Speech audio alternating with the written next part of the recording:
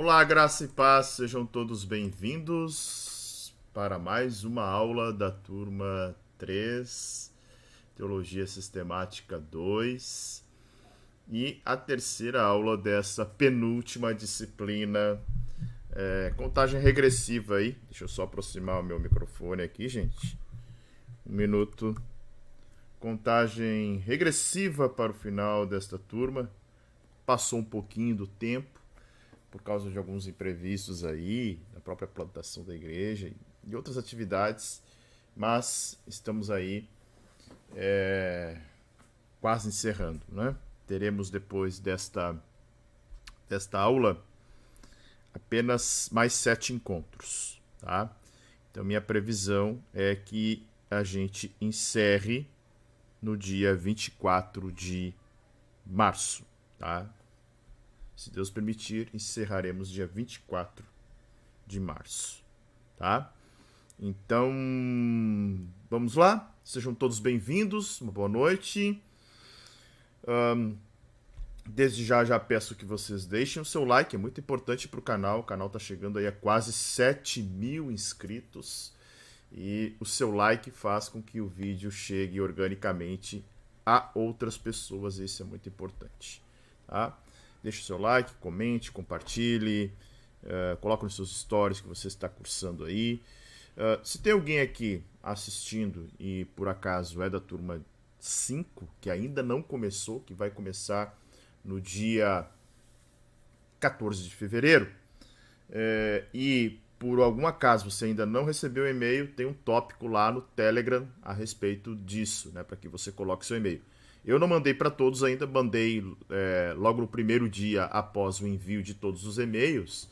Sempre volta e-mail, é normal, e-mails que são cadastrados errados, faltando o .com, faltando o arroba.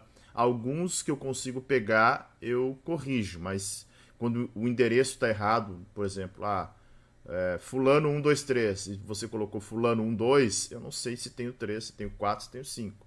Então aqueles que faltou o arroba, faltou o .com, esses até eu consigo consertar, mas os demais, infelizmente não.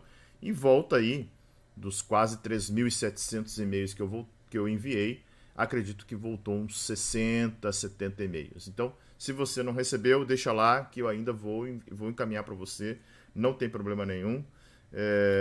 O importante é participar da primeira aula. A primeira aula o e-mail de boas-vindas é mais com o intuito justamente de você não perder a primeira aula, porque todas as orientações do curso estarão lá, tá?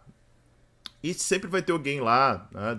Teve da turma 1, da 2, da 3, o pessoal continua lá, ajudando, me auxiliando nesse processo, né? Porque de certa forma acaba sendo um trabalho que eu faço sozinho, mas em cada turma sempre surgiu alguém aí que se prontificou, que gostou do trabalho e me auxiliou nesse processo, certo? Página de número, deixa eu ver aqui, 29. Vamos falar sobre a doutrina do pecado, ok? Vamos entender um pouco a doutrina do pecado, muito importante, fazendo o link entre a doutrina do homem, que nós vimos na última aula, e a próxima, que é a doutrina da salvação. Então, doutrina do homem, né? Antropologia bíblica, doutrina do pecado, hamartiologia, e doutrina da salvação, soteriologia, são três doutrinas que, de certa forma, estão correlacionadas por causa da consequência da queda deste homem, do consequente pecado e também o quanto isso interfere na própria história da humanidade e a necessidade da doutrina da salvação. Ok? Então, quando a gente fala de doutrina do pecado, nós estamos falando da hamartia. No hebraico, a palavra para pecado é chatá, C-H-T-T-A, com um acento, né, no A, chatá. No grego, são duas palavras que são utilizadas para a palavra pecado. Hamartia, a mais conhecida, né, errar o alvo, não acertar o alvo, e hipócrises, né? Encenar algo semelhante assim, nesse sentido, né? Que vai dar origem à hipocrisia. Mas a mais conhecida realmente é hamartia, certo? Então, lá na página de número 29, você já consegue visualizar um pouco sobre isso, né? Então, a hamartia vai dar o nome da doutrina, então a doutrina se chama hamartiologia, ou seja, a doutrina do pecado, né? Hamartia, pecado, logos, palavra, o discurso, então nós temos lá o estudo, né? O estudo do pecado, né? Deixa eu só fazer um negócio aqui, gente, um minutinho, para botar já os nossos slides na tela. Um minuto aí. E a gente já continua aqui. Só um pouquinho.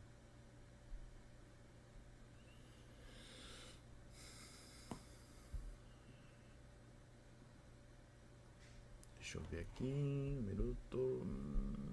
Tá, vamos lá. Então, lá na página de número 29, você já tem o primeiro conceito sobre hamartia. Deixa eu colocar o nosso slide e aí a gente vai discutindo de uma melhor forma. Onde é que está aqui? Slide. Deixa eu posicionar aqui por causa do slide. Agora sim. Então vamos lá. Tem um texto muito importante a respeito da doutrina do pecado, que é Romanos. Deixa eu ver se eu consigo colocar aqui, gente. O que aconteceu aqui na minha tela? Só um pouquinho, tá? Deixa eu fazer um ajuste aqui. Porque está faltando... Deixa eu só botar aqui captura de tela. Criar uma aqui. Eu não estou conseguindo botar... Um minutinho. Deixa eu ajustar aqui. Quero botar o texto bíblico na tela aí. Só um pouquinho, tá? Acho que é captura de tela. Monitor 1, monitor 2. Então. Gente.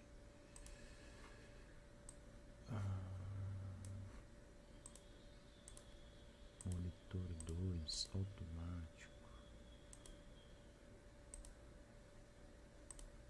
Não tô conseguindo fazer. É que eu mudei algumas coisas aqui. E aí eu ando com 2 monitores, agora tô apanhando. Captura de janela, me perdoe. Agora sim, lembrei. Agora sim. Só um minutinho, tá? Vamos botar o texto na tela. Onde é que está aqui? Romanos, capítulo 1.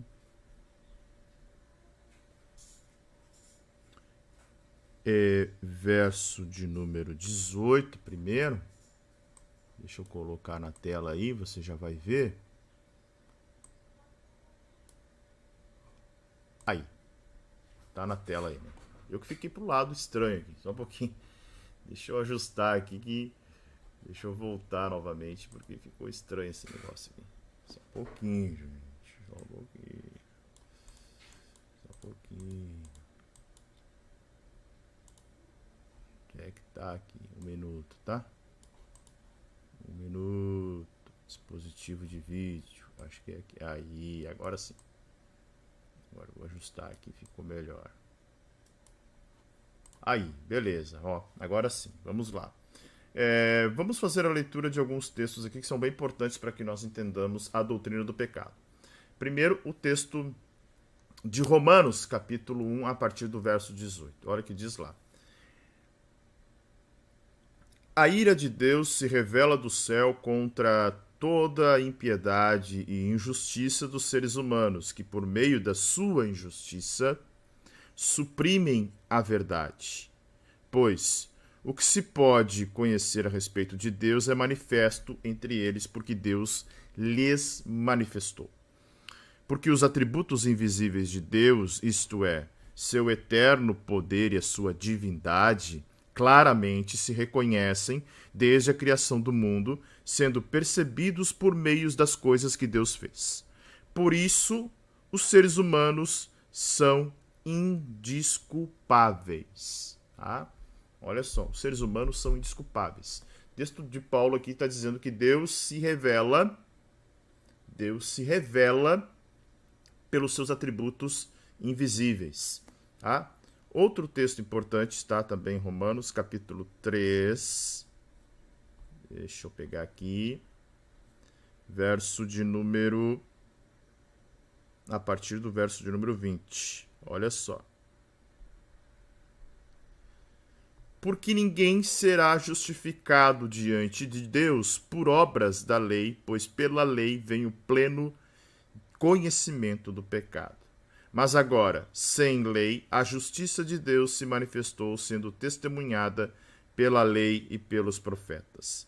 É a justiça de Deus mediante a fé em Jesus Cristo para todos e sobre todos os que creem, porque não há distinção, pois todos pecaram e carecem da glória de Deus, sendo justificados gratuitamente por sua graça, mediante a redenção que há em Cristo Jesus, a quem Deus apresentou como propiciação no seu sangue, mediante a fé. Deus fez isso para manifestar a sua justiça, por ter ele, na sua tolerância, deixado impunes os pecados anteriormente cometidos, tendo em vista a manifestação da sua justiça no tempo presente, a fim de que o próprio Deus seja justo e o justificador daquele que tem fé em Jesus. Texto magnífico que vai falar justamente sobre esse entendimento a respeito da doutrina do pecado. Tá? O que é pecado? O que é pecar? O que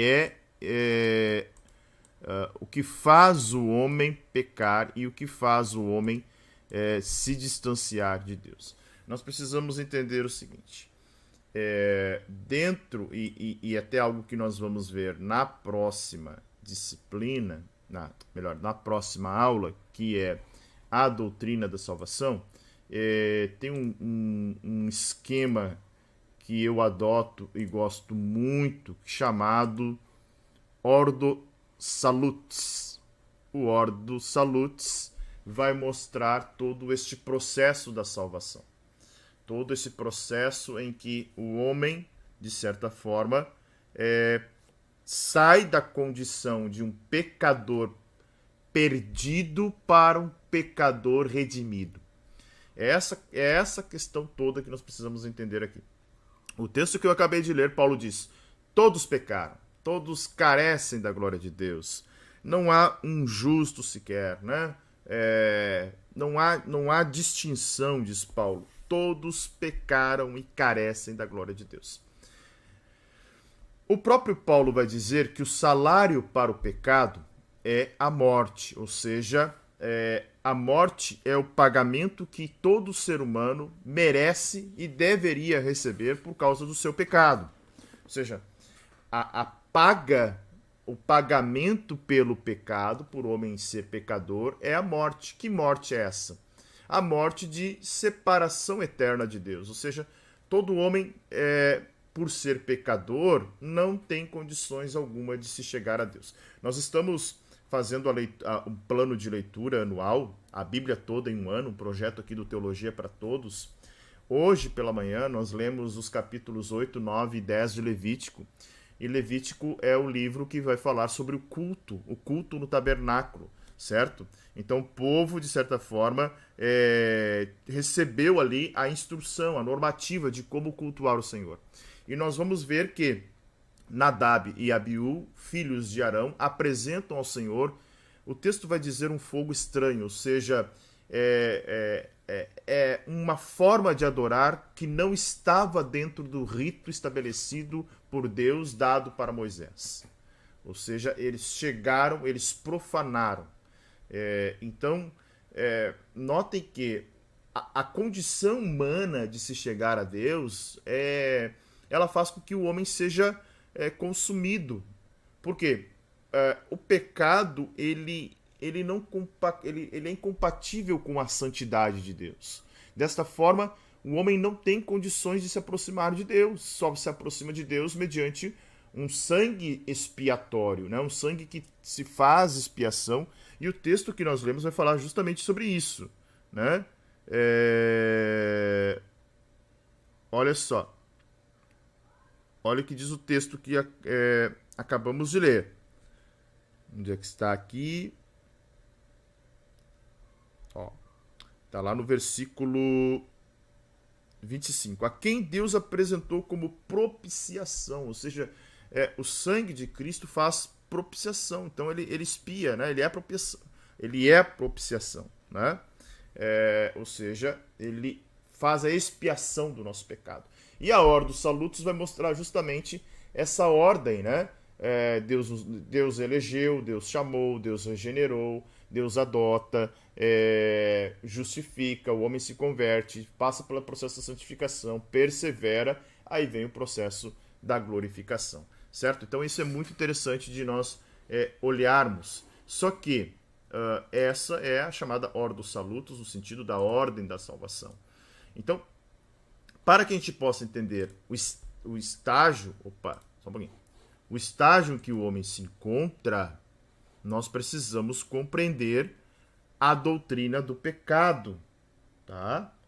Como funciona a doutrina do pecado? De que forma ela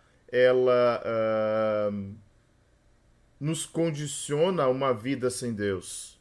Então, deixa eu mostrar para vocês aqui, baseado nos textos que nós lemos. Vamos então, a partir de agora, refletir um pouquinho a respeito desta doutrina chamada doutrina do pecado. Então, olha só.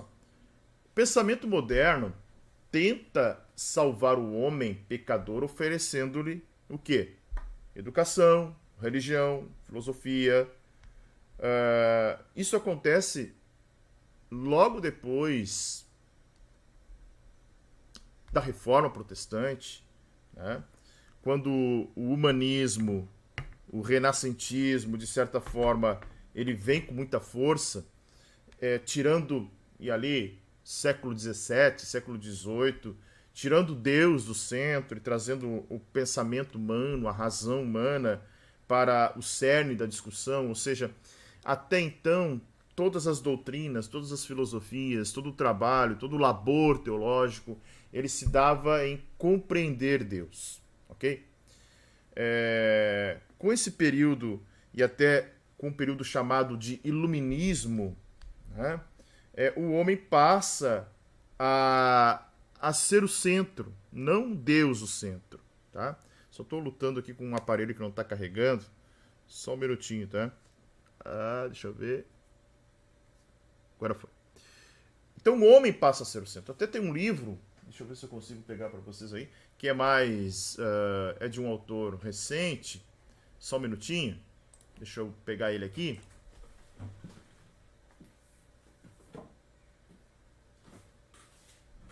Que vai falar justamente nesta ideia de...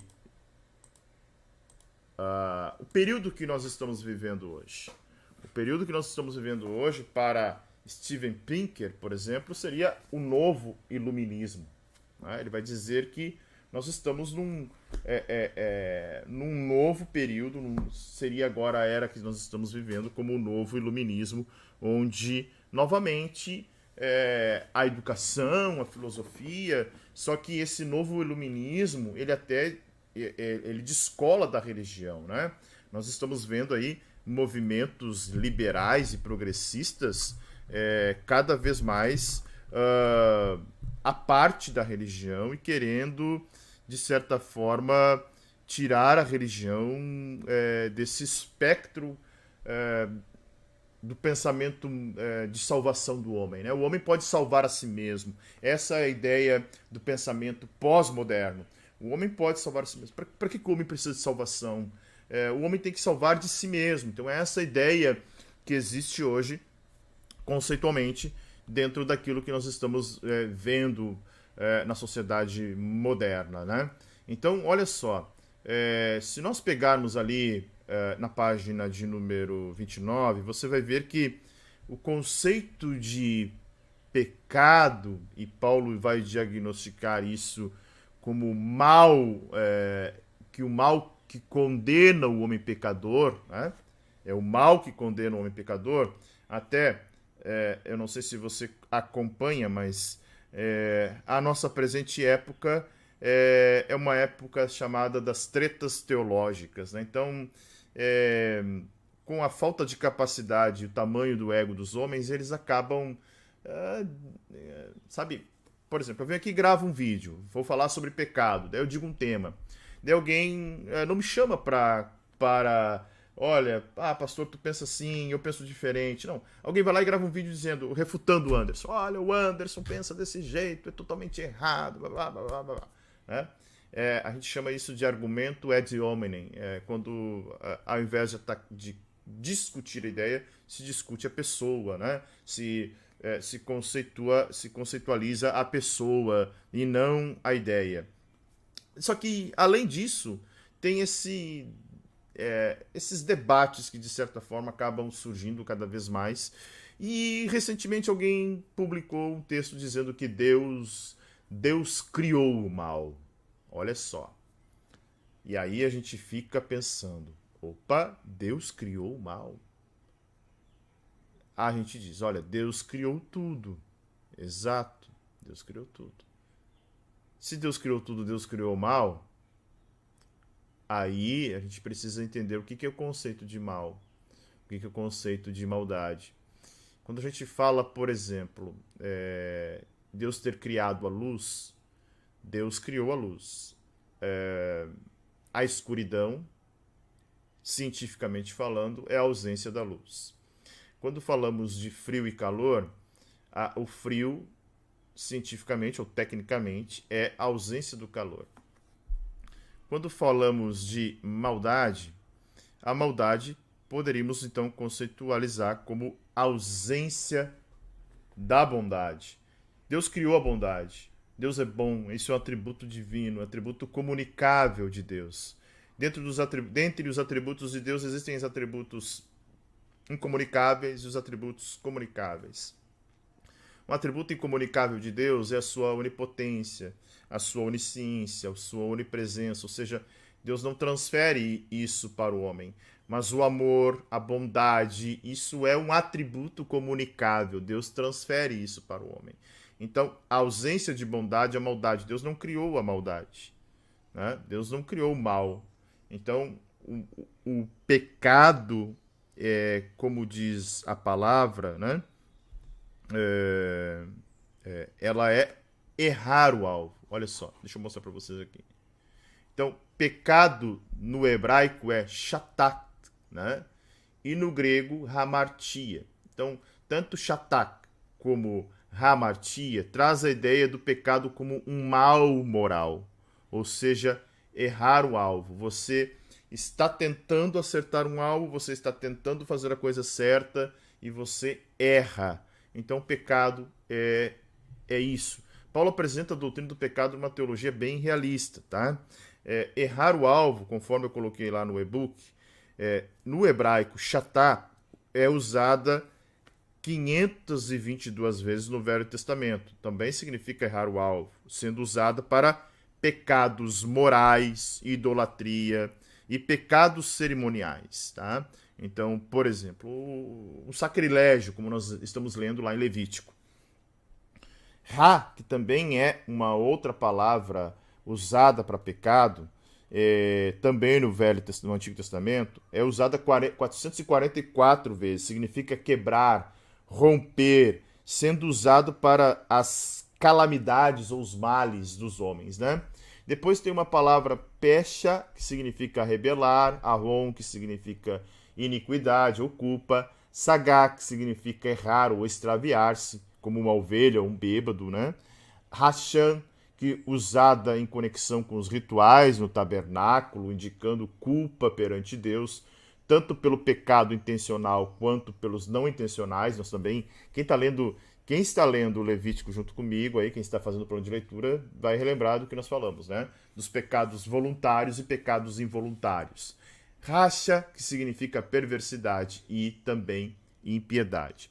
Já no Novo Testamento, uma série de outras palavras são usadas de onde destacamos duas. Hamartia, que também tem essa ideia de errar o alvo, tá? Errar o alvo, daí eu vou apresentar um texto aqui para vocês. Deixa eu achar aqui.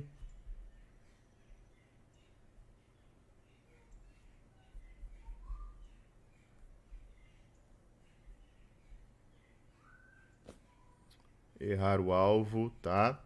E aí um texto maravilhoso que vai falar sobre justamente isto. Aí está o texto na tela. No dia seguinte, vendo que Jesus vinha em sua direção, João disse: Eis o Cordeiro de Deus que tira o pecado do mundo. Então, esse pecado aqui é hamartia, ou seja, as ovelhas errantes. O Cordeiro de Deus, ele vai, né, de certa forma, tirar esse pecado, tirar o erro. Essa é a ideia para hamartia, ok? E é interessante também que, além de hamartia, uma outra palavra que aparece é hipócrisis, que significa interpretar falsamente, fingir, ou seguir uma interpretação. Nós vimos isso com muita frequência quando Jesus vai dizendo para os fariseus que eles eram hipócritas, tá? Então, olha só, vemos que o pecado pode ser entendido como errar o alvo, ou seja, desobedecer à vontade de Deus. Isso pode ser feito intencionalmente, com o coração perverso ou por ignorância, mas sempre o homem é responsabilizado por buscar, saber e cumprir a vontade de Deus. O texto que eu li em Romanos capítulo 1, verso 18, a seguir, vai dizer que Deus não considera ninguém como inocente, culpado como inocente. Todos os homens são indisculpáveis perante Deus, tá? William MacDonald, ele vai dizer que o pecado é qualquer ato ou palavra que não esteja exatamente de acordo com a perfeição de Deus. Ou seja, é a insubmissão à lei, a determinação de fazer a nossa própria vontade. Não é apenas fazer o que está errado, é deixar de fazer o que está certo. É fazer qualquer coisa que nossa consciência condene. Certo? Então vamos avançar um pouquinho aqui, entendendo um pouquinho do que Paulo vai dizer. Primeiro a gente precisa entender também, gente, a origem do pecado. Está lá na página de número 30. Tá? A origem do pecado é interessante, porque onde o pecado se origina? Já comentamos assim, né, o pecado original, falamos sobre Satanás e seus anjos lá na primeira aula, falamos em relação à doutrina do homem, falamos Adão e Eva caíram, né, por causa das palavras sutis da serpente. Então, olha só que coisa interessante, né? Assim como na queda do diabo, é difícil saber como ou por que se originou o pecado em uma criatura originalmente desprovida de natureza pecaminosa, como o homem. Até como o próprio querubim ungido, que o texto vai dizer, né? Como alguém que é perfeito, criação perfeita, desprovida de natureza pecaminosa, pode cair, tá? De alguma forma, Adão e Eva caíram por sua própria escolha, ou seja, estava diante deles.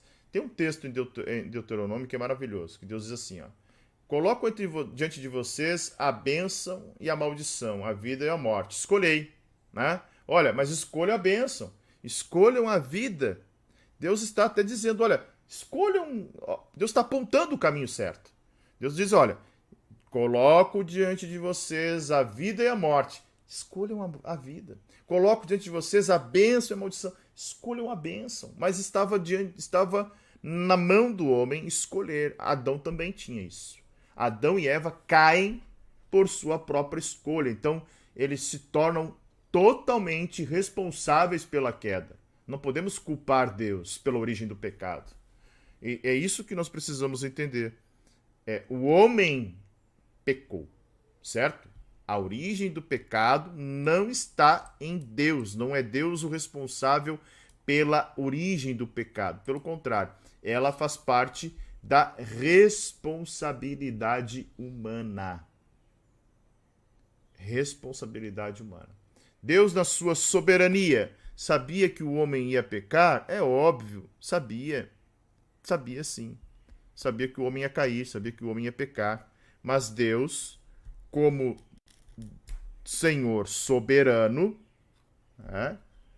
deixa também que a responsabilidade humana, de certa forma, acabe entrando em pauta. Ou seja, se o pecado é definido como independência de Deus e algo que é contrário a Deus, então, logicamente, que o próprio Deus não pode pecar. Lembram que nós vimos isso em Cristologia, né? Teologia Sistemática 1, a impecabilidade de Cristo. Ou seja, santidade é um atributo de Deus. Então, se santidade é um atributo de Deus, santidade significa a impossibilidade de pecar. Por causa da sua própria santidade, porque a sua santidade é incompatível com o pecado. Então, Deus não pode pecar, pois ele não pode tornar-se independente de si mesmo, nem se contradizer, né?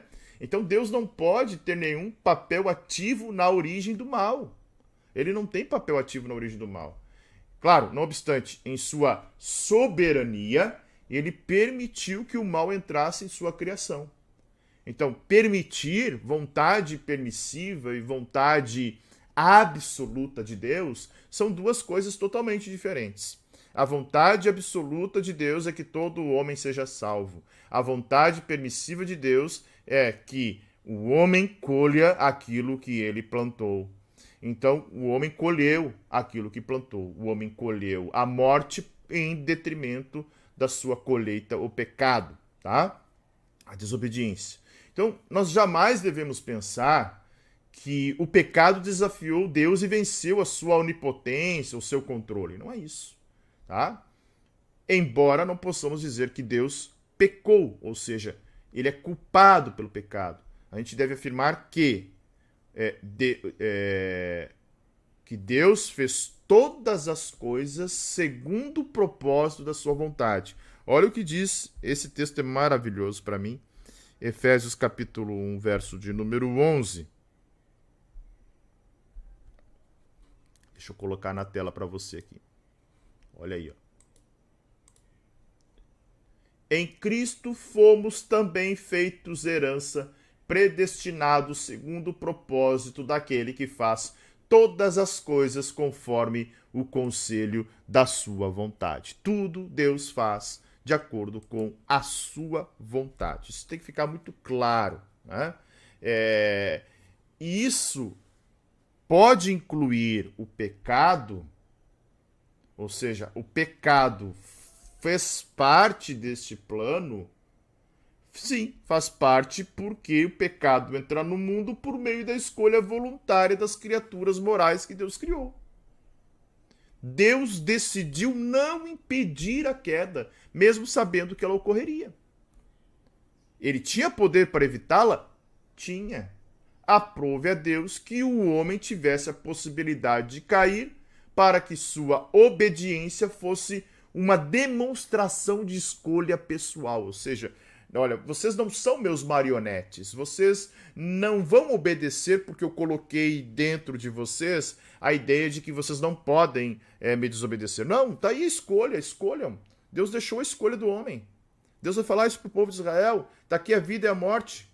Escolham vocês, mas eu digo, escolham a vida. Então, é isso que nós precisamos entender. E aí, dentro dessa teologia paulina sobre o pecado, quando nós falamos de ira de Deus, é muito importante, né? A ira de Deus é um tema relativamente... É um tema raro nos púlpitos de hoje, tá? Está em extinção a mensagem sobre a ira de Deus. Ah, Deus é um Deus mau, pastor? Não, Deus não é um Deus mau. Deus não é um Deus ranzinza. Deus não é um Deus... é um Deus que ele quer o mal, não. O texto bíblico vai dizer que ele tem pensamentos de paz, pensamentos bons ao nosso respeito. Agora, algo muito interessante de nós entendermos é o seguinte. Deus, tá? Deus. Só um minutinho, gente. Eu preciso reiniciar aqui um roteador aqui. Só um minuto.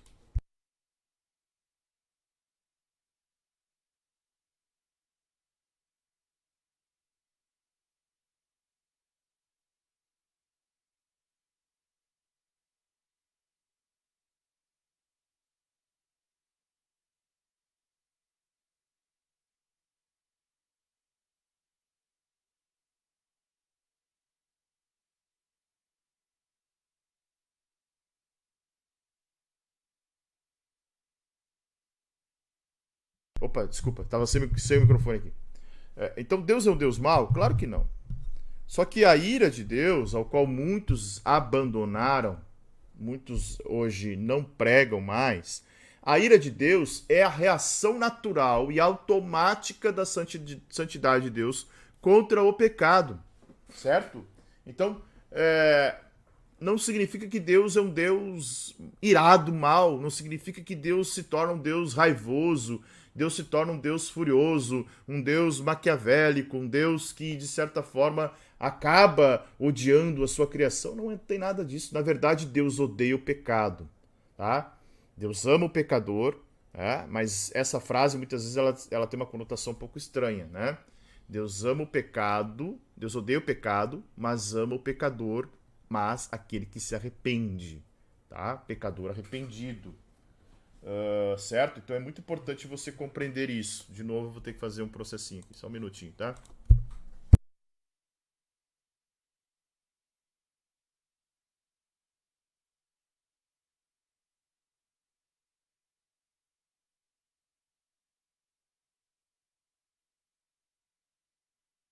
Agora sim, vamos lá. Então, essa frase de Deus odeia o pecado, mas um pecador, ela tem que ser dita com muito cuidado, porque daqui a pouco ela pode expressar que não, então eu posso continuar na situação que eu estou porque Deus me ama. Negativo. Negativo. Não é isso, tá? Há a necessidade desse pecador ser um pecador que seja regenerado, ou seja, arrependido. Ele precisa de arrependimento, tá? O pecador precisa se arrepender. Essa é o cerne aqui desta mensagem, ok? Adiante. Aí o texto, mais à frente, vai dizer que o homem recusa a verdade, tá? O homem recusa a verdade. Texto de Romanos. O conhecimento de Deus revelado na vida do homem, o homem recusa. Então, esse período pós-moderno que a gente vive, esse novo iluminismo que tira Deus, né? Ou seja, se fala muito e aqui eu não quero entrar na seara política, tá? Mas se fala muito em conservadorismo hoje. Mas boa parte do conservadorismo que se fala hoje é um conservadorismo sem Deus, tá? Então, nem todo conservador é cristão, mas todo cristão é um conservador, tá? Nem todo conservador é um cristão, mas todo cristão acaba sendo um conservador porque ele não recusa a verdade, né, que Deus ofertou ao homem e mostrou ao homem. Então, o pecador, qual o problema do pecador? O pecador não glorifica Deus. O pecador, ele não exalta Deus. Mesmo conhecendo Deus, mesmo sabendo Deus, mesmo Deus se revelando a ele, o pecador não glorifica Deus. Os seus atos não são atos de glorificação a Deus. E o versículo 21 vai dizer isso. O pecador não dá graças a Deus, não lhe dá a graça devida. O pecador é insensato, né? Então, o homem, dentro dessa visão do pecado, recusa à verdade, né?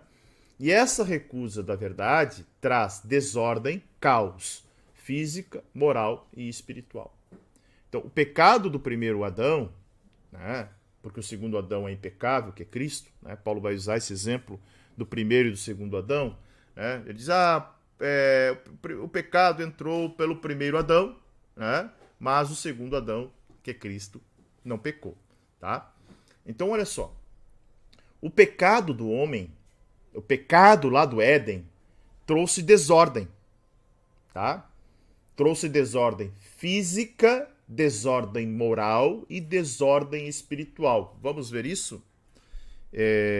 Olha só, Romanos capítulo 1, verso de número 23, está lá. A desordem, a primeira desordem acontece nas relações do homem para com Deus, tá? Vamos ver aí. Deixa eu botar aqui para você. Só um minutinho. Deixa eu botar o texto bíblico aí na tela, tá? Um minuto. Só um pouquinho, tá? Vou botar o texto na tela aí para você acompanhar. Um minutinho.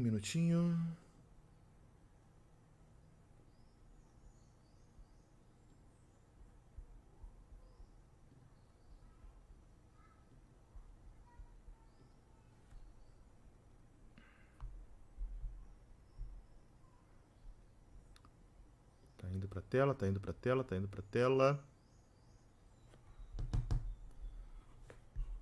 Aqui. Então, a primeira desordem acontece nas relações do homem para com Deus. Olha o que diz o texto. E trocaram a glória do Deus incorruptível por imagens semelhantes ao ser humano corruptível, às aves, quadrúpedes e aos répteis. Ou seja, o homem trocou a relação entre o homem e Deus, por causa do pecado, teve um dano espiritual gigantesco, tá? Espiritual e moral em relação a Deus.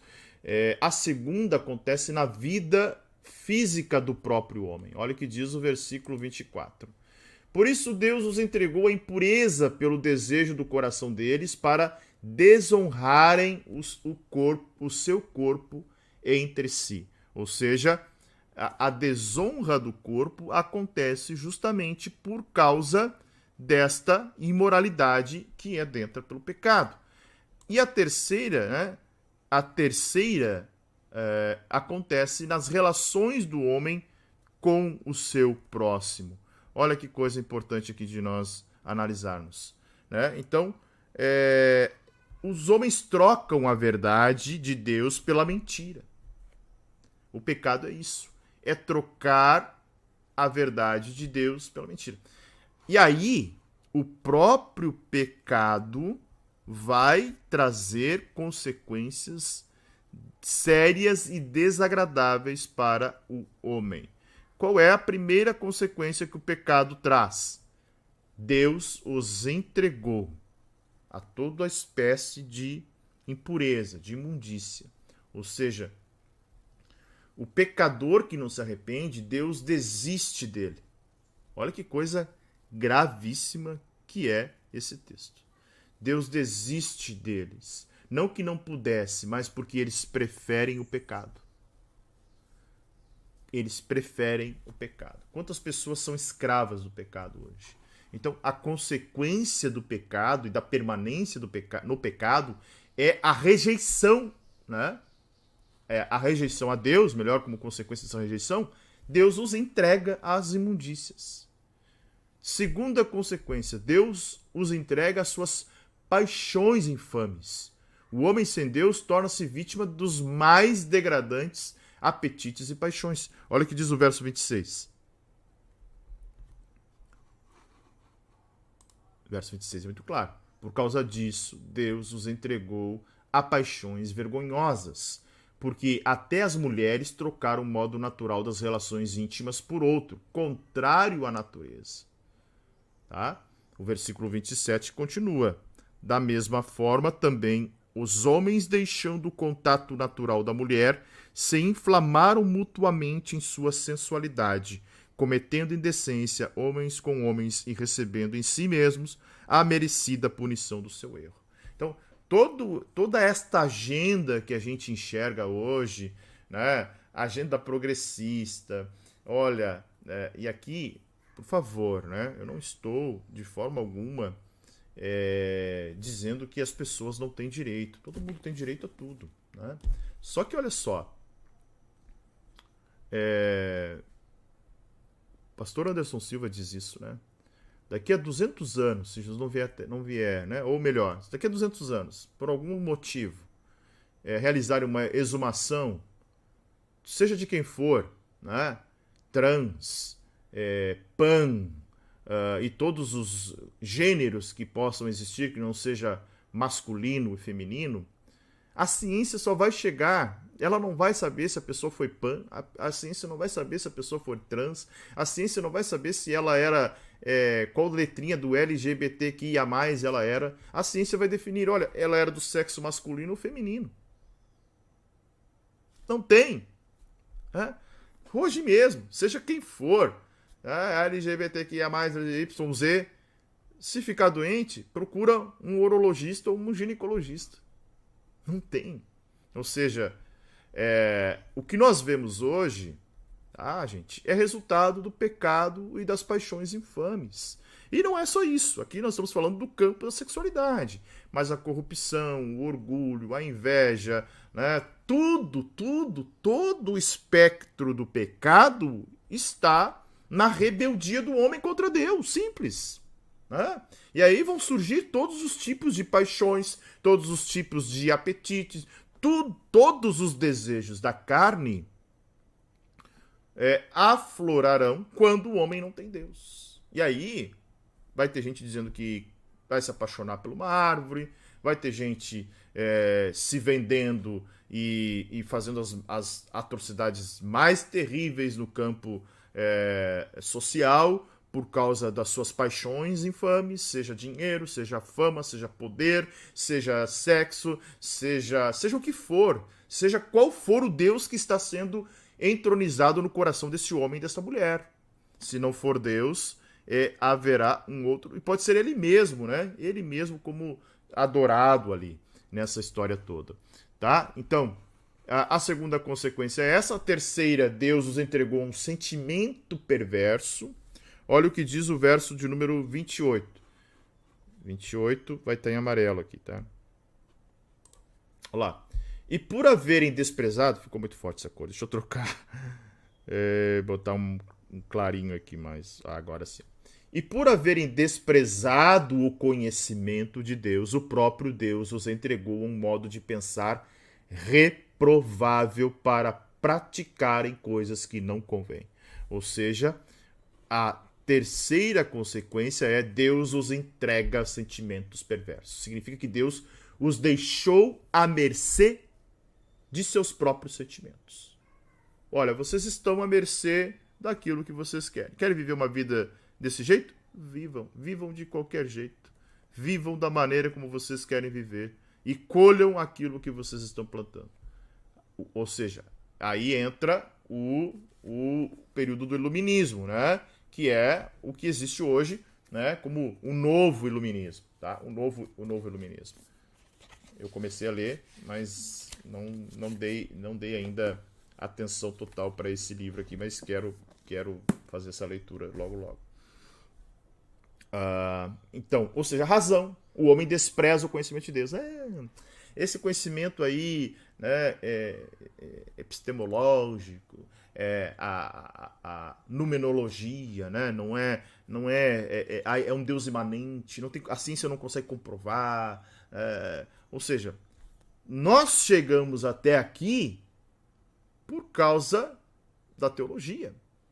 A teologia é chamada a mãe das ciências. Ou seja, a sociedade que nos traz aqui, ou seja, toda a evolução da sociedade, né, que nos traz aqui, está baseada numa sociedade, numa cultura judaico-cristã, né? e essa cultura judaico-cristã formou o pensamento, formou as relações, formou as leis, formou tudo. E o homem simplesmente diz, não, olha, esqueça tudo isso e agora vamos viver do nosso jeito. Ou seja, o homem despreza Deus, tá? E aí entra o julgamento divino. Olha que coisa fundamental para que a gente entenda isso. Só que aí a gente precisa compreender um ponto muito importante que está lá no e-book, que é a respeito... para fechar essa primeira parte ali que a gente tem falado da origem do pecado, eu não falei sobre Satanás e o pecado, né? Satanás é o autor do pecado, sendo conhecido na Bíblia como o pai da mentira. Adão foi criado puro e gozava de plena comunhão com Deus no Éden. Então, até se rebelar, quando optou por se rebelar, aí sim, esse homem acaba, de certa forma, dando lugar para o pecado. E aí entra algo muito importante, antes da gente falar do julgamento divino, que é algo muito importante para que a gente entenda e compreenda, que é o pecado herdado, tá? O pecado herdado, o que é pecado herdado? Pecado herdado é o estado pecaminoso que nasce em todas as pessoas. Alguns vão chamar de natureza pecaminosa, ou natureza adâmica, ou conhecido também como velho homem, ou pecado original, tá? Que enfatiza o quê? A nossa natureza caída, herdada de Adão por causa do pecado original, tá? Então, existe diferença entre o pecado que habita em nós e os pecados que cometemos. Então nós temos aí um pecado imputado e um pecado, né, que nós herdamos. Ok? O pecado imputado, nós vamos ver mais à frente ali sobre as penalidades do pecado herdado. Certo? E aí, dentro desse pecado herdado, tem um conceito muito interessante chamado de depravação total. Ou seja, quando nós falamos de depravação total do homem, nós estamos nos referindo à reprovação do homem diante de Deus. Na próxima aula, que vai falar sobre soteriologia, nós vamos entender os sistemas soteriológicos e os mais conhecidos e os mais falados no dia de hoje, que seria o calvinismo e o arminianismo, né?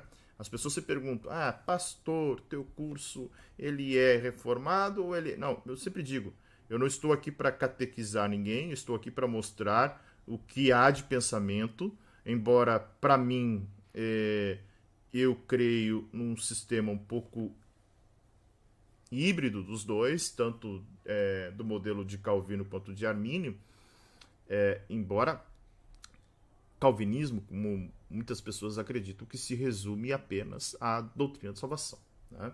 Quem está fazendo o bacharelado ali sabe, quando a gente falou na disciplina de introdução à teologia, quando falamos sobre Calvino, sobre calvinismo e arminianismo, nós vimos que isso, principalmente o calvinismo, ele se estende, né? Ele é muito maior do que simplesmente pensar na doutrina da salvação, certo? Mas então quando a gente fala de depravação total, gente, só um pouquinho, tá? Um minutinho, só um pouquinho. Deixa eu ajustar um negócio aqui.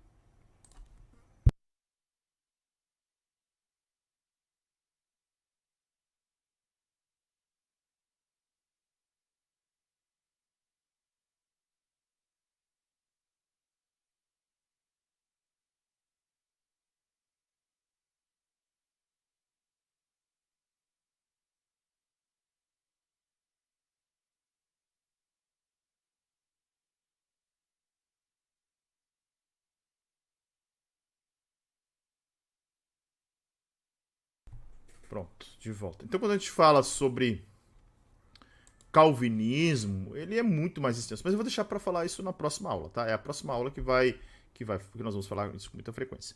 Mas quando a gente fala sobre depravação total, significa a reprovação do homem diante de Deus. Todo homem não regenerado é réprobo, ou seja, ele é incapaz de agradar a Deus. Todo homem não regenerado é incapaz. Jesus vai dizer em João 15:5, sem mim nada podeis fazer. Romanos 8, 7, 8 vai dizer, por isso o pendor da carne é inimizade contra Deus, pois não está sujeito à lei de Deus.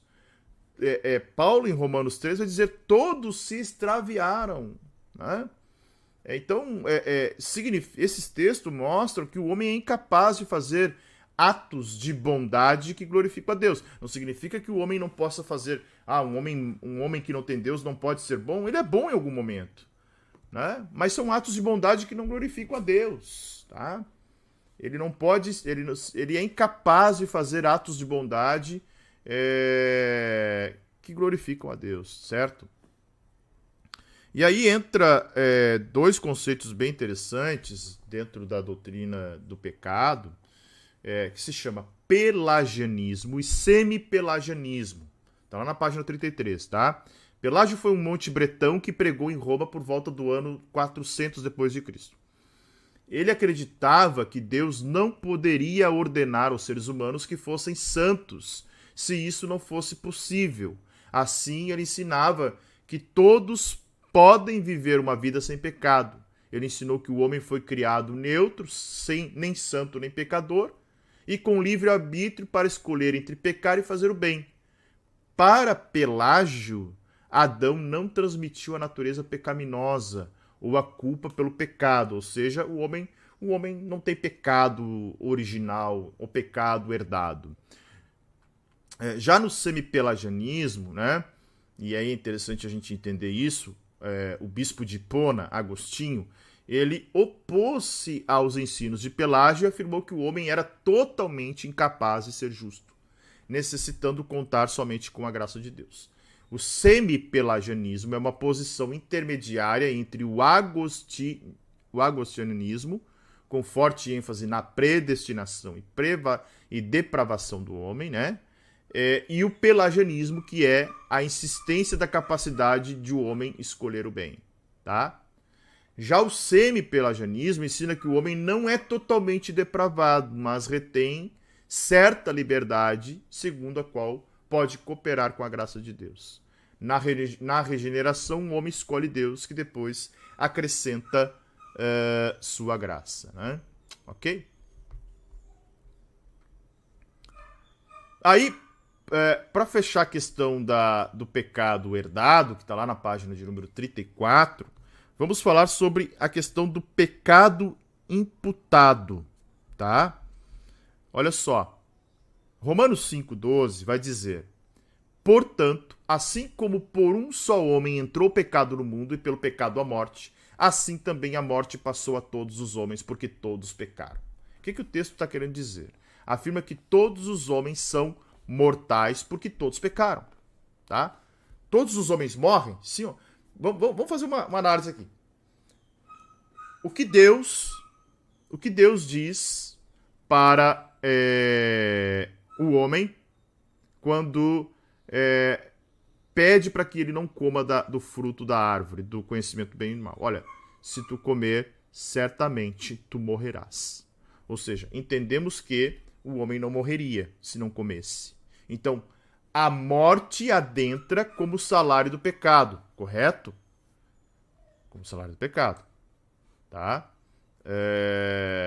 Então, quem morre é porque tem pecado.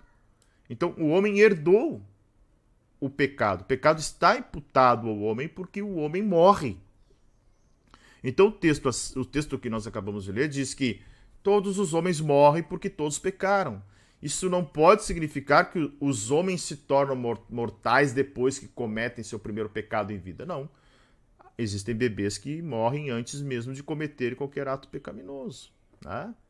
O que o texto está querendo dizer, na verdade, é que o pecado que cometemos posicionalmente lá em Adão, quando este pecou, esse sim faz com que a nossa natureza seja uma natureza mortal. Já nascemos pecadores e condenados à morte por causa de Adão. Tá? Olha o que diz Romanos 5, 18 e 19. Pois, assim como por uma só ofensa veio o juízo, uma só ofensa. Qual é a ofensa? O pecado de Adão. Veio o juízo sobre todos os homens para condenação, tá? Ou seja, por causa de um pecado, por causa de uma ofensa, todos os homens estão condenados, assim também, por um só ato de justiça, veio a graça sobre todos os homens para a justificação de vida. Porque pela desobediência de um só homem, muitos foram feitos pecadores, assim pela obediência de pela obediência de um, muitos serão feitos justos. Tá? Coisa linda, né? Aí na página de número 36, tem lá as 3 imputações básicas no plano de Deus para a salvação, né? A imputação do pecado de Adão à raça humana. Gente, só deixa eu fechar minha porta aqui, porque o meu vizinho aqui tá latindo, né? Um cachorrinho ali. Só um minutinho.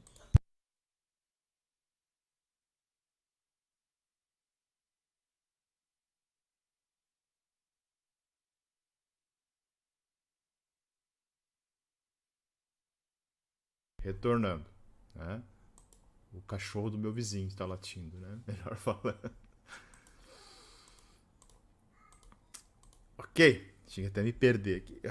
A imputação do pecado de Adão à raça humana, a imputação do pecado do homem a Cristo, a imputação da justiça de Cristo aos cristãos, tá? E aí eu quero, antes de voltar para os nossos slides aqui, falar de 2 coisas bem interessantes aqui, que primeiro, pecado, 3 coisas interessantes, né? A pena pelo pecado imputado. Olha só. Então a gente viu que o pecado herdado gera morte espiritual. Já o pecado imputado tem como pena a morte física. Pecado herdado, morte espiritual. Todos pecaram, né? Quando o Paulo vai dizer em Efésios 2, e ele vos vivificou, estando vós mortos em ofensas e em pecado. Mortos por quê? Mortos pelo pecado herdado. Estamos mortos espiritualmente falando. O pecado imputado mata o corpo. Pecado herdado é morte espiritual. Pecado imputado, morte física. Tá claro isso? Diferença de pecado herdado para pecado imputado. Pecado herdado fez com que o homem tivesse separado de Deus espiritualmente. O pecado imputado é pena, né? É pena para o corpo que agora morre, né? E aí é interessante. E aí surgem algumas questões que muitas vezes geram muitas dúvidas. A salvação das crianças, tá? Esse é um tema super complexo, tá? Se nós fôssemos ao rigor da letra, nós diríamos, bom, se todo homem que morre, se todo aquele que nasce é pecador, né? Uma criança já nasce pecadora devido ao pecado que foi imputado, né? Sendo assim, significa que a criança que morre vai para o inferno? Há entre quase que unânime, tá? O entendimento que crianças pequenas, tá? Quando morrem fisicamente por causa do pecado imputado de Adão, elas estão livres da morte eterna porque são incapazes de exercer fé em Jesus Cristo. É o que eu creio, tá? E, portanto, Deus terá misericórdia delas. Então, uma criança que morre, né? Sei lá, 2 meses, 6 meses, 1 ano, 2 anos, ela não teve a capacidade de exercer a fé em Cristo. Deus seria muito injusto, né? Muito injusto. E eu não creio nessa possibilidade, tá? O assunto não tem uma resposta clara nas escrituras, Mas o que nós precisamos entender é que quando o ser humano tem consciência de seu pecado e capacidade de compreender o evangelho, ela se torna responsável por suas escolhas. Então, entender o que é evangelho e entender o que é certo e o que é errado, né? Aí não tem uma idade, não dá para dizer, olha, essa idade. Tem a capacidade cognitiva ela difere de criança para criança. Então, não tem como admitir isso, tá? Até porque, se uma criança, vamos lá, uma criança é salva, ela não é salva por mérito próprio. E a Bíblia é muito clara nisso, né? Ela é salva pela aplicação do sangue de Cristo sobre elas dentro da pré-determinação de Deus, né? O Wayne Grudem vai dizer que Deus pode operar um novo nascimento até de bebês, tá? Como fez, por exemplo, com João Batista, né? Lucas capítulo 1, verso 15. Isso é muito interessante. Agora, uma frase que é muito comum da gente ouvir é em relação a pecado. Existe pecado, pecadinho e pecadão, né? Talvez você já ouviu isso dizendo que... Obrigado. Talvez você já ouviu essa frase, né? Não existe pecado, pecadinho e pecadão. Todo pecado é igual diante de Deus, perante Deus. De certa forma, isso é verdade, tá? Todo pecado é suficiente para demonstrar que nós somos culpáveis diante de Deus e merecedores do inferno. Todo pecado. Todo pecado.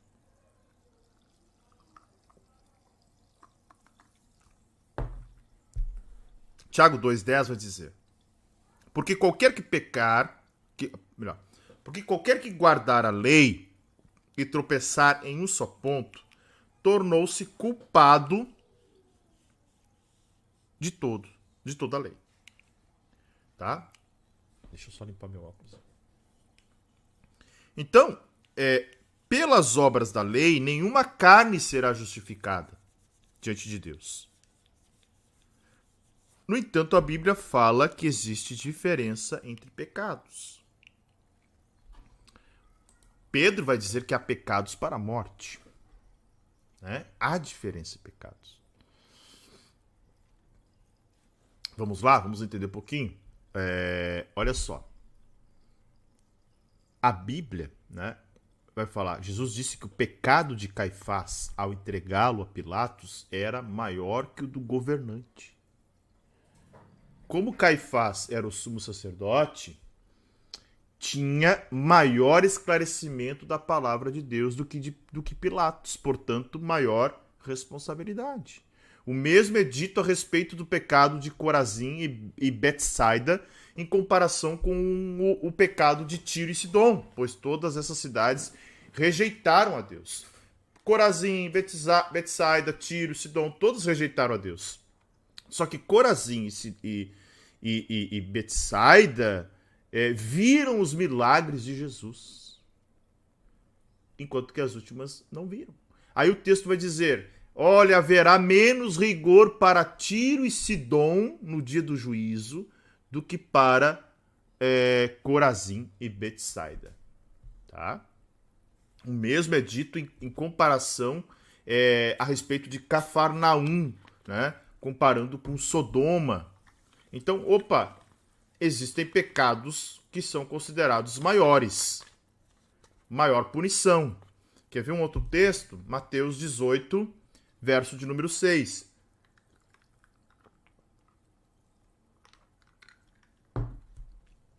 Qualquer que escandalizar um desses pequeninos que crê em mim, melhor que fosse que se lhe pendurasse ao pescoço uma mó de azenha e se submergisse na profundeza do mar. Romanos capítulo 16, verso 17 vai dizer: e rogo-vos, irmãos, que noteis os que promovem dissensões e escândalos contra a doutrina que aprendestes, desviai-vos deles. 1 Coríntios 5,11 vai dizer: mas agora vos escrevi que não vos associeis com aqueles que, dizendo-se irmão, for devasso, avarento, idólatra, maldizente, beberrão, roubador, com tal, nem ainda comais. Olha que coisa gravíssima, né? E claro, irmãos, há pecados por ignorância, tá? Há pecados que são cometidos na ignorância. Nós vimos, por exemplo, quem está me acompanhando viu isso. Pecado porque a pessoa não conhece a palavra, desconhece, não sabe. Há pecados para a morte, João vai dizer isso, ou seja, esses pecados não são imperdoáveis, não é que eles não são imperdoáveis, tá? Mas podem ter como consequência a morte física de uma pessoa. Quer ver um exemplo? Ananias e Safira. Ananias e Safira é um exemplo disso, tá? É um exemplo. Ananias e Safira é um exemplo de pecado para a morte. Certo? Uma coisa importante em relação a nós cristãos, e aí eu volto para o slide que eu quero concluir aquela questão do julgamento divino ali, é o seguinte. Devemos lembrar que existem duas naturezas em cada cristão. E aí eu quero olhar um texto com vocês que está em Romanos 7,14. Olha só.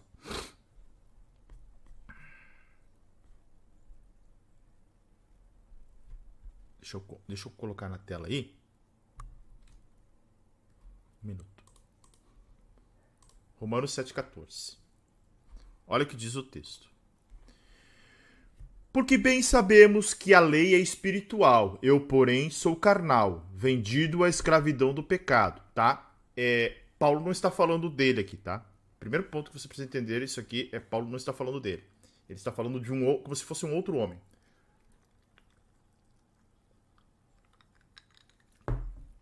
Porque nem mesmo compreendo o meu próprio modo de agir, pois não faço o que prefiro, e sim o que detesto. Está falando de um homem que está em busca da santificação, tá? Ora, se faço o que não quero, concordo com a lei que é boa. Neste caso, quem faz isso já não sou eu, mas o pecado que habita em mim. Porque eu sei que em mim, isto é, na minha carne, não habita bem nenhum. Pois o querer o bem está em mim, mas não o realizá-lo. Porque não faço o bem que eu quero, mas o mal que não quero, esse faço. Mas se eu faço o que não quero, já não sou eu quem o faz, e sim o pecado que habita em mim. Assim encontro esta lei. Quando quero fazer o bem, o mal reside em mim.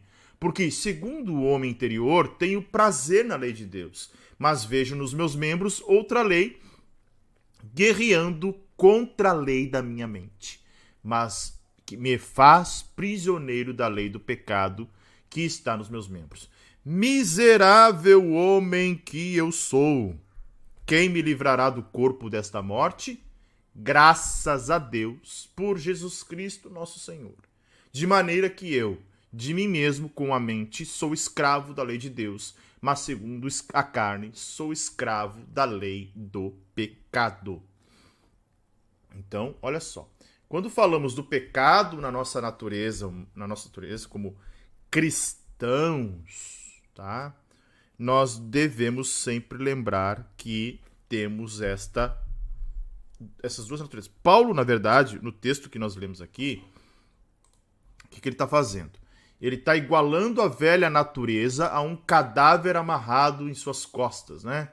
É claro que o corpo estava se decompondo e cheirava mal. Tinha que transportá-lo onde quer que fosse. O que fazia eu gritar: miserável homem que eu sou, quem me livrará do corpo desta morte? Tá? Ou seja, a nova natureza é a vida em Cristo. Por isso mesmo é totalmente boa, tendo capacidade de fazer somente o bem. É pura, é nobre, é justa, cheia de amor e verdadeira. Então há uma guerra constante entre o homem natural e o homem espiritual dentro do crente. Então nós precisamos lembrar sempre disso, tá? Nós temos essa guerra e precisamos atentar, tá? Atentar para, primeiro, duas coisas que eu chamo a atenção aqui, que devem ser evitados. Primeiro, o perfeccionismo, tá? Ensina que é possível que o cristão atinja um estado de consagração tal que ele não peca mais. Impossível, gente. Impossível. Enquanto nós estivermos aqui, podemos pecar, seremos pecadores. tá? Precisamos nos arrepender, óbvio. Ok? A gente precisa entender isso. Outra questão é o antinomismo. Afirmar que, porque nós não estamos debaixo da lei, podemos ter licença para pecar. Né? É o texto de Romanos 6. Olha, Paulo termina Romanos 5 dizendo o seguinte: a graça superabundou o pecado. Onde abundou o pecado, superabundou a graça. Ele começa o capítulo 6 dizendo: tudo bem, só por causa que superabundou a graça, continuaremos pecando para que a graça aumente mais? De forma alguma. Agora é necessário uma vida nova. Novidade de vida, gente. Novidade de vida, tá?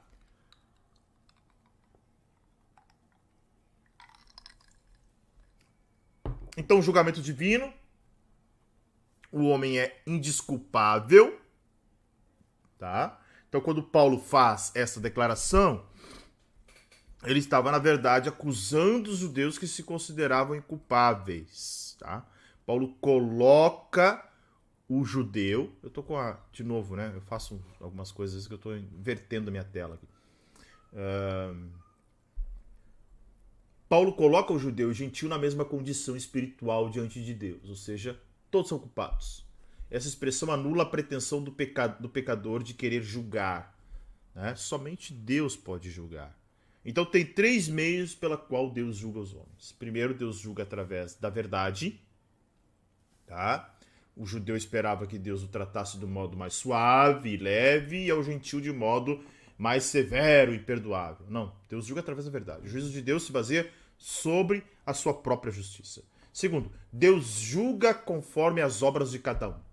Os judeus buscavam imunidade numa forma de defesa especial, né? Nós temos um privilégio racial, nós somos filhos de Abraão. Deus é imparcial em seu juízo sobre o pecador. Terceiro, Deus julga conforme a lei.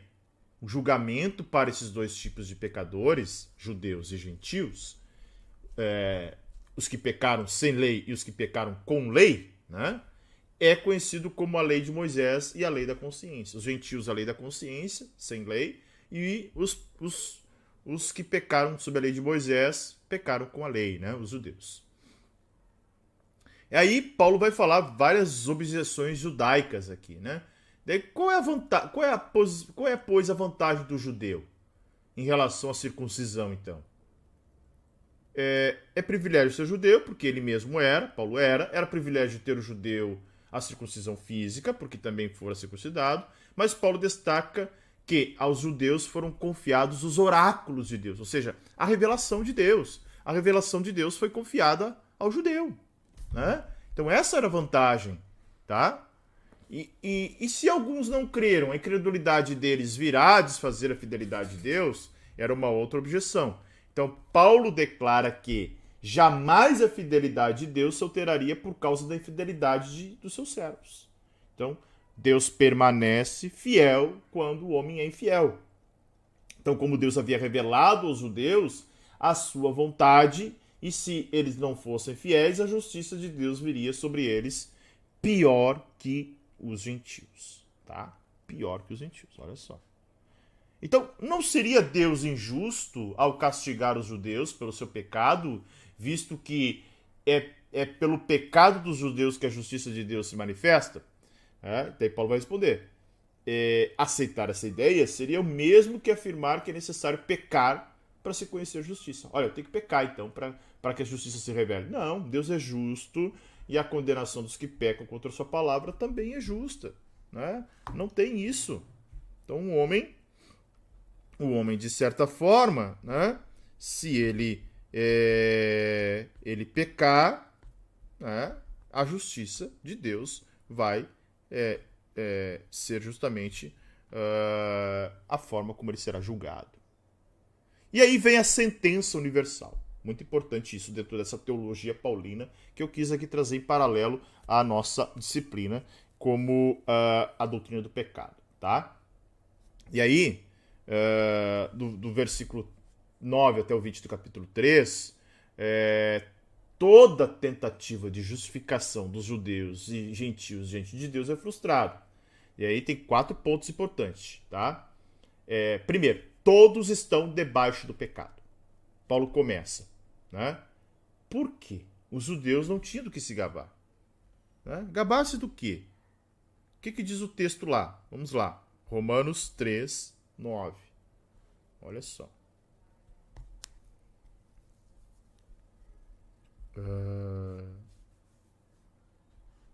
Que se conclui? Temos nós alguma vantagem? Paulo está falando dos judeus.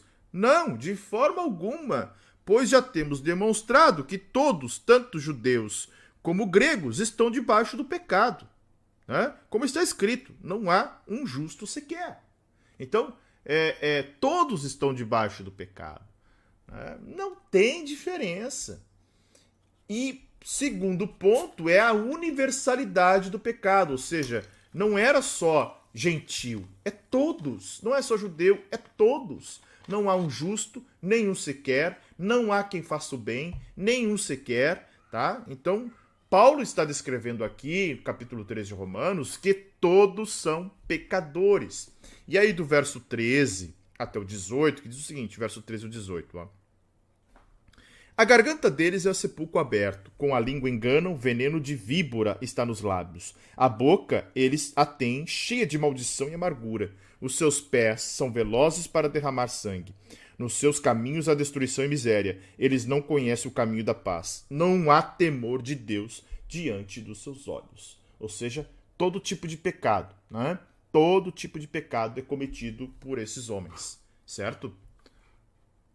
E aí, o veredito final contra esses pecados, versos 19 e 20, que diz: Ora, sabemos que tudo o que a lei diz é dito aos que vivem sob a lei, para que toda boca se cale e todo o mundo seja culpável diante de Deus, porque ninguém será justificado diante de Deus por obras da lei, pois pela lei veio o pleno conhecimento do pecado. Então, o veredito final de Deus contra o pecado é: aqui entendemos que é impossível escapar da sentença divina. Não há desculpas. Ou seja, o homem é indesculpável diante de Deus. Certo? Indesculpável, totalmente indesculpável.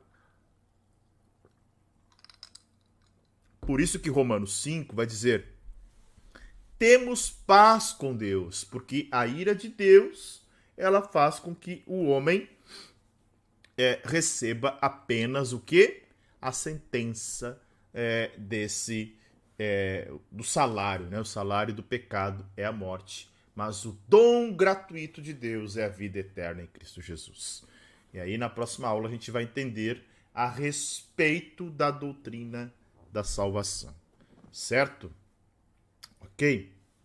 Espero que vocês tenham entendido, tenham gostado, tenham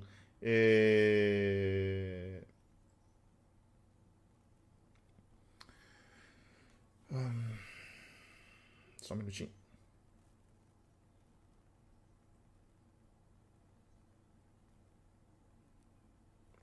Tenham entendido, tenham gostado dessa aula. E nós vamos então na próxima aula, que será a penúltima dessa disciplina. Aí faltarão apenas a teologia, a escatologia, nós faremos em 5 aulas, tá? 5 aulas de 1 hora e 45 minutos, mais ou menos aí, tá? Eu tinha originalmente trabalhado em 6 aulas, mas eu vou trabalhar em 5 aulas, mais um pouquinho extensa aí. Ok, gente? Então vai faltar 7 aulas. Final de março, a turma 3 se encerra. Deixe o seu like, compartilhe, ative as notificações e torne-se um membro do canal, muito importante. Você vai auxiliar esse canal a crescer. Esse canal, de certa forma, é seu e você que gosta desse ministério, que esse ministério tem abençoado você, por apenas R$ 4,99 você pode também abençoar esse ministério. Certo, gente? Ficamos por aqui. Na próxima aula falamos sobre a doutrina da salvação, soteriologia. Que Deus abençoe, um ótimo final de semana. Fique na paz que excede todo entendimento e até sexta-feira que vem, se o Senhor Deus permitir.